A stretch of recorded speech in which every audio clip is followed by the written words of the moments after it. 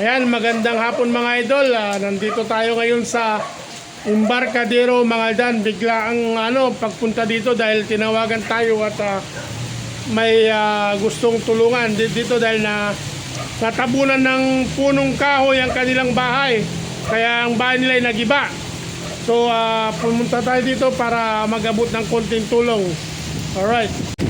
Ayan mga idol, papunta na tayo sa kanilang bahay. Medyo matarik. Sa gilid ng irigasyon po ito sa Embarcadero. Yan yan po yung bahay nila. Ayan mga idol, ito yung puno ng nara na tumama sa nabali at nahulog sa kanilang bahay, kaya nagiba ang kanilang bahay mga idol. Ayan ang kanilang bahay Ayan, ngayon lumipat sila ngayon dyan sa may irigasyon, dating irigasyon mga idol. Ayan, buti na lang mayroon silang masisilungan ngayon. Pero ayan yung bahay nila.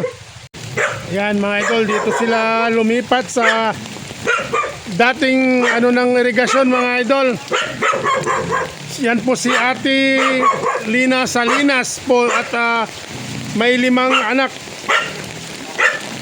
Malilit pa yung mga bata mga idol. Ayan, bigay mo na.